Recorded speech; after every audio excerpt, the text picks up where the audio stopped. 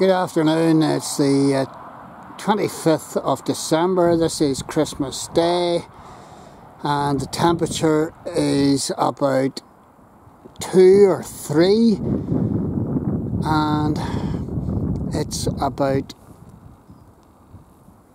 2 o'clock, and I'm just going for a wee dander up the lane. And this video is especially for my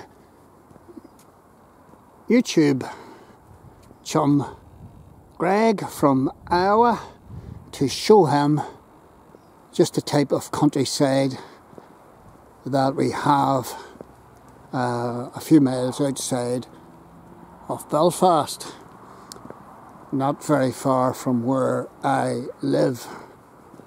I have done quite a number of lane videos before.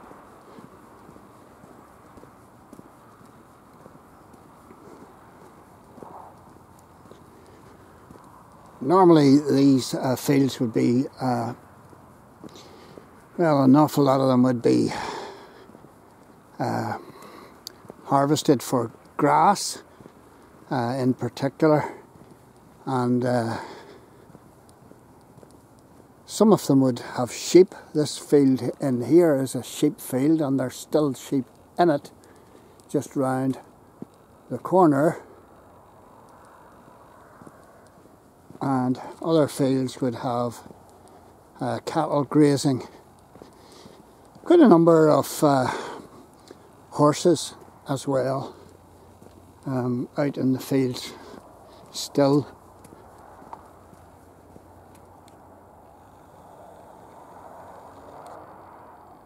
A fine looking animal there. And there's another one.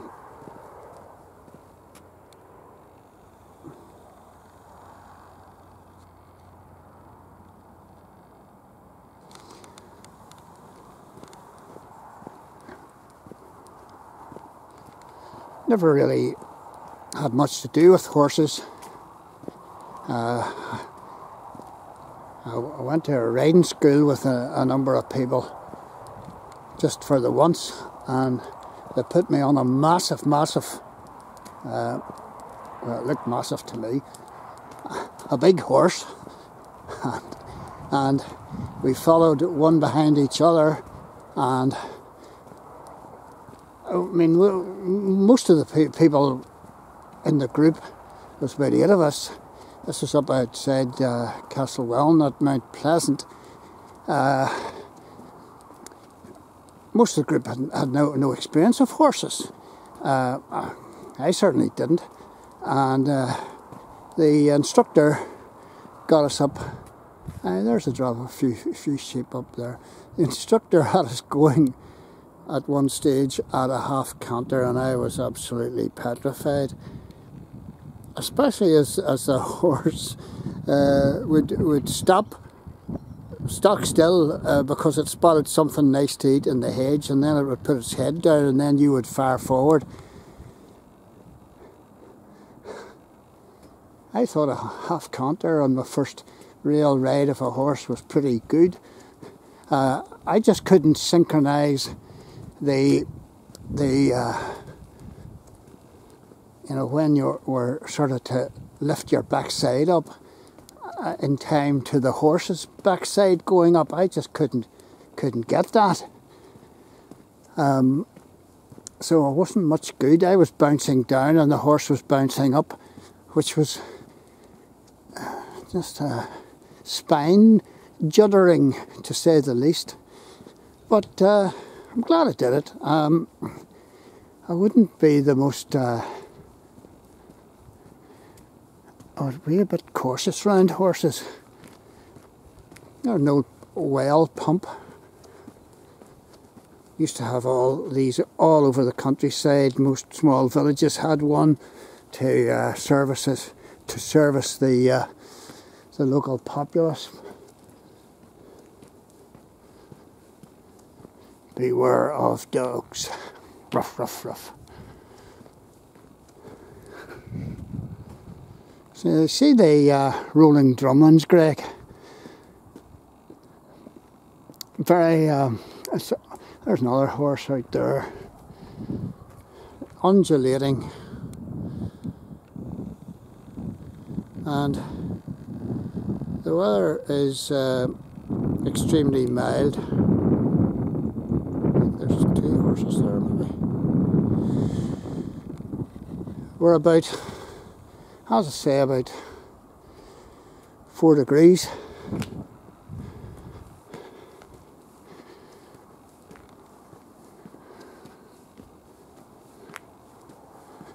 And this is the Eden Road. A big missile thrush just flew in and away again.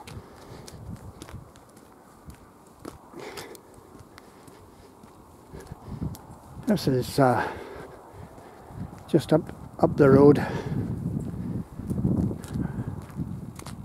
from my father-in-law's house. Well, my father-in-law actually died in February, so it's my brother-in-law's house now. And there's the big missile thrush.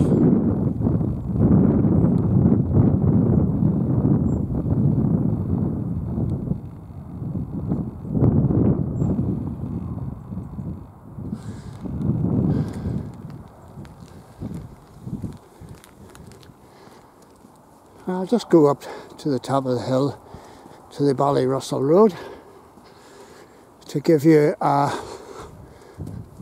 good view over the surrounding countryside.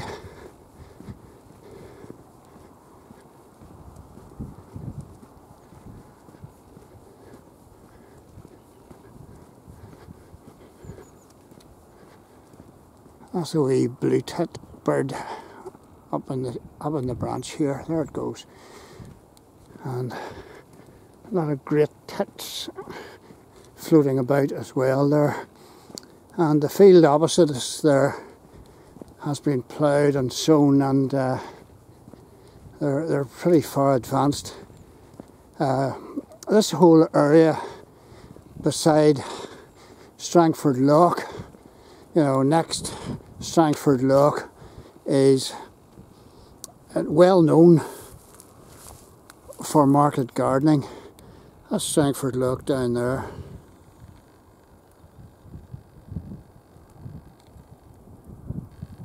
And it's the influence of the Gulf Stream drift coming across from the Caribbean that keeps the water reasonably warm. And Greg, you're nowhere, you know, in County Down, there is nowhere that you are far away from Scrabo Tower.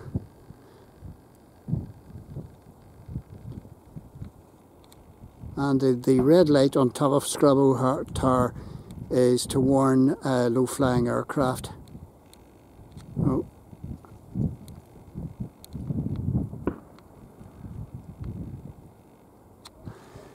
Not too sure whether that's boyos out shooting. Hear a few bangs going off there.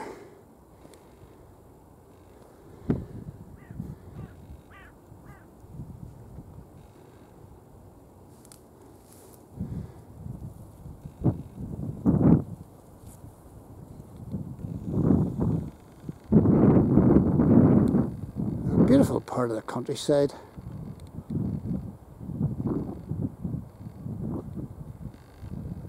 And you're, what, 7 or 8 miles outside Belfast? An easy commute. Mightn't even be 7 or 8 miles.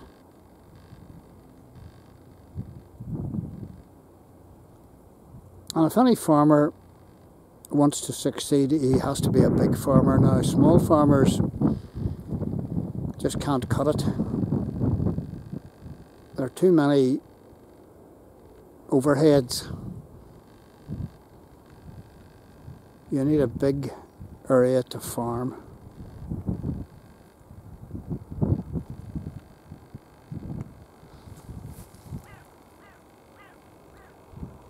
Replantation into the left, and this road goes down towards the Cumber Road and then on into Dundonald, and this one to my right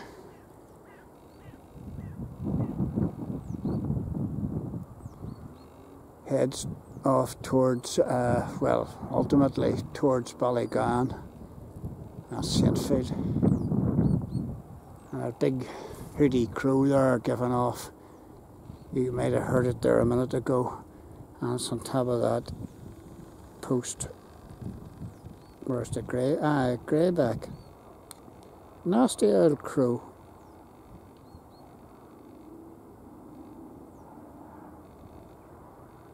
There's two of them, I think. There's one in behind, whatever the electric thing is poking up. Ah, there he goes. Nasty boy. Don't like them.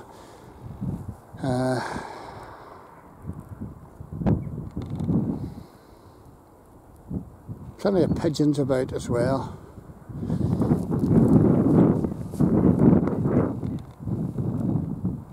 And that's the Mourns away out on the skyline, where the mountains of Mourne sweep down to the sea. If I can get them.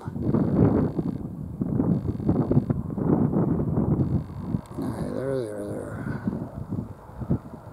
You're only seeing the low Mourns here. They're bathed in cloud, and so many wind turbines have gone up. I see a wind turbine along. Aye, there's more of the Mourns there. What am I talking about? Aye, there.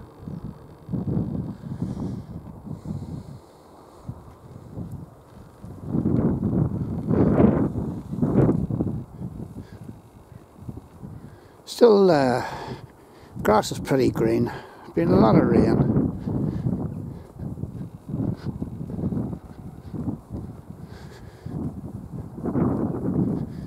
And these wee yellow bushes are very spiky, and that's whin or gorse. And you'll see them all over the countryside. You can see a few examples there.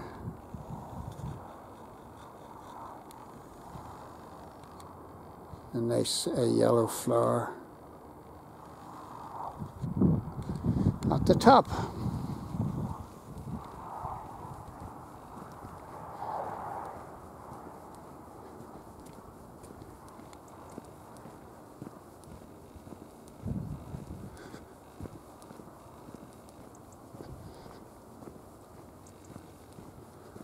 It's a nice back road to go for a walk on, because all you're ever getting coming against you is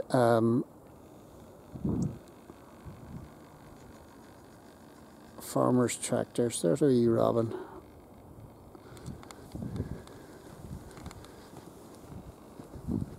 And farmers' cars. So tractors and trailers and cars are the only things really that associated with the local farms are the only thing they're going to get around here. Not so many trees.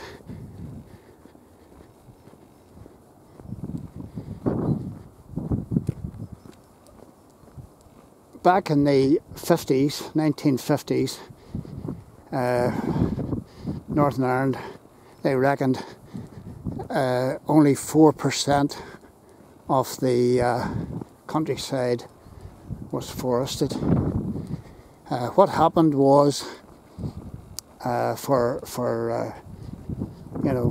the times of John de Courcy in the 12th century, the Normans, they chopped down all the trees in Northern Ireland, or what was old Ulster, the 9 counties, and they left the place bereft of trees. And these trees were, they were used for shipbuilding, boat building, in the 12th, 13th, 14th, 15th, 16th, 17th, 18th, 19th centuries, until metal took over.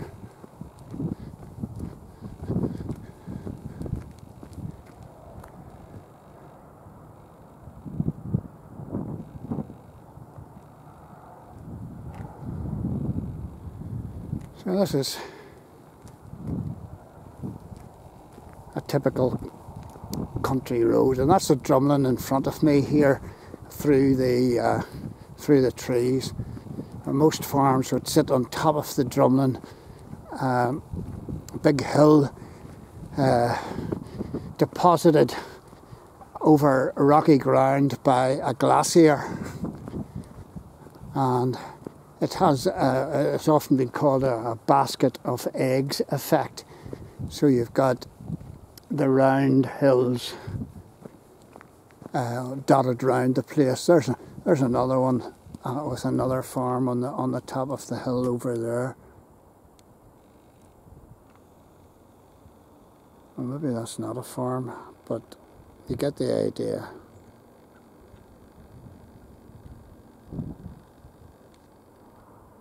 Nice house that. The big sort of farm or big dwelling house up on the top of the hill here. That's very typical of how it works out.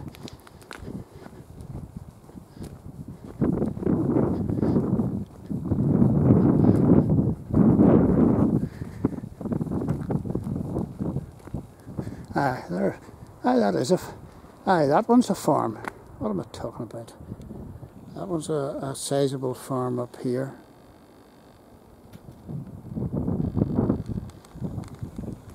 So just a wee dander out in the countryside. I'll go up to that wee lane, or it's not a lane, but that field entrance on the left hand side, and that'll do me.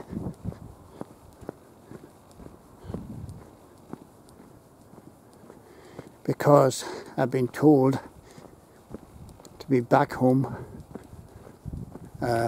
within half an hour, or my Christmas dinner will be eaten by somebody else. Yes, you can see the shape of the drumlin there very well. And again, this field in on the left has been sown out, early planted.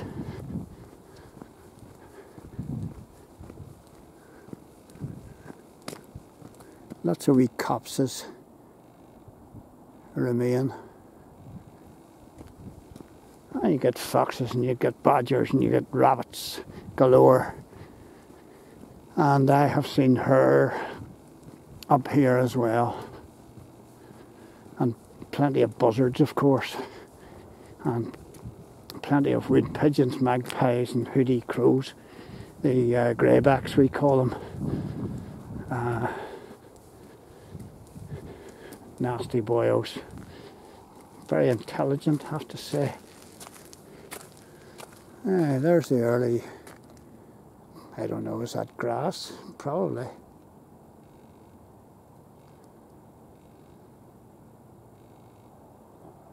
That's a magpie flying away in the distance there. Or is he stopped? He is.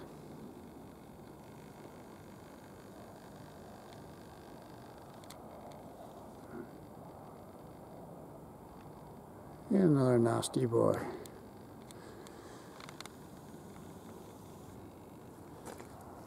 This dwelling house here has a stack of solar panels.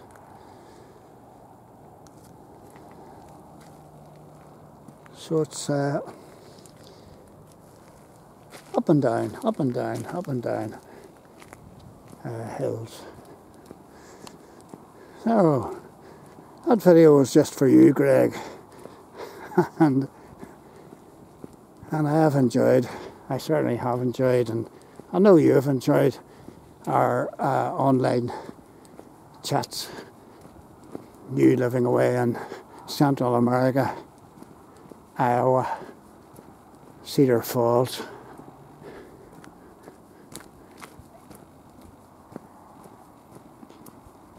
And of course, an awful lot of the folks from the 1600s on left old Ulster because it was just subsistence farming, and the conditions were dreadful, so they left. They embarked for the new world, the new opportunities that the American colonies at that time would bring. And it was a massive move. It was a massive move, because they were leaving everything that was familiar, and they were heading for the new world. And it must have been scary, and for most of them, they never came back. They never had the opportunity to come back. They never saw relatives ever again. And they became some of the original cowboys as they pushed further west.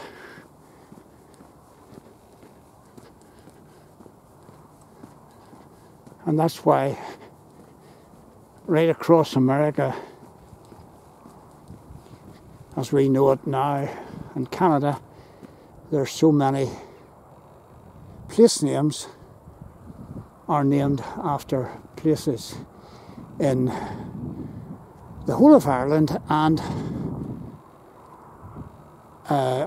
Ulster in particular.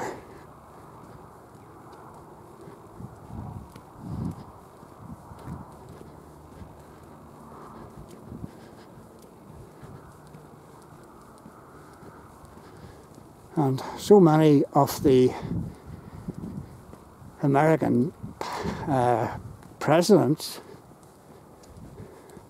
can trace their ancestry back to Ulster.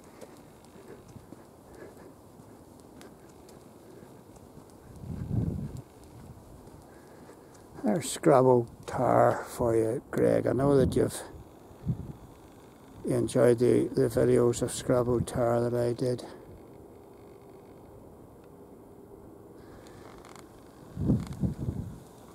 Scrabo Tower is always prominently on the horizon whenever you look out towards Sangford Lough.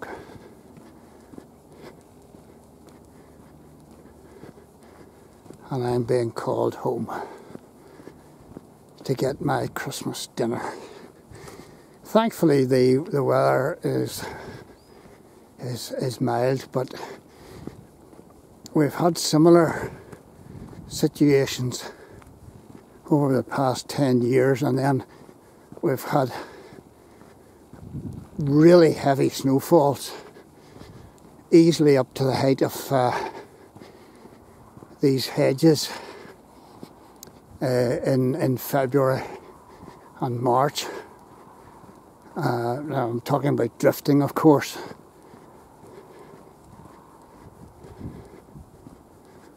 With high winds. And you don't expect to get that kind of snowfall away in February or March. Remember one Easter over, 10, 12 years ago? It was absolutely shocking. Put on your Easter bonnets. I don't think so. Wee chaffinch sitting on the fence there. It's a male chaffinch. And there he goes. And I'm heading down to my brother-in-law's house now. And unless I see something of particular interest, a lot of wee blue tits and great tits flying along the hedge here. Unless I see something of big interest, like a hawk or something, I'll close down for now. Wishing you all the best, Greg, in these bizarre days.